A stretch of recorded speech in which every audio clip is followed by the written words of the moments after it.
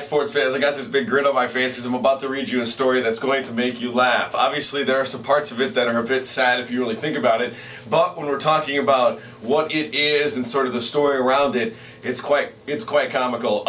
Antonio Cromartie, defensive back in the NFL, has always been good at his position. He's also been good at producing children. He had, up until Mother's Day, he had 10 children total. Now, when you look at athletes that have multiple children, a lot of times, they're not a part of their lives, and I don't know the situation with Antonio Cromartie, so there's some of the sad side of it. But some of the funny side of it, and again, this is probably sad too, a few years ago on Hard Knocks, Antonio Cromartie was asked to name his kids, and at the time I think he only had 7. He had a hard time getting through all 7 of them because he could not remember a couple of ones that were a little bit older, like 3 years old. Now, Antonio Cromartie has since had more children, getting up to 10 before Mother's Day, and he decided to have a vasectomy recently.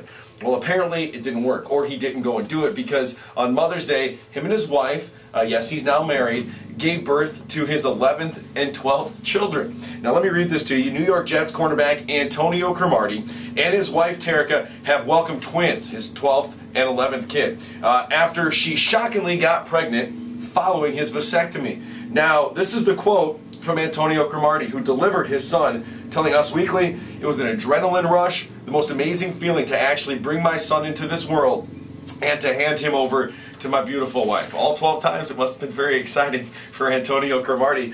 They wed in November of 2008. February, the couple announced their shock over expecting again after even the football star had said he was already snipped up with the vasectomy. Apparently, it either didn't work or he didn't go and get it. But for, I just think, mankind's sake, let's have him go have another one so we're not talking about his 13th and 14th children.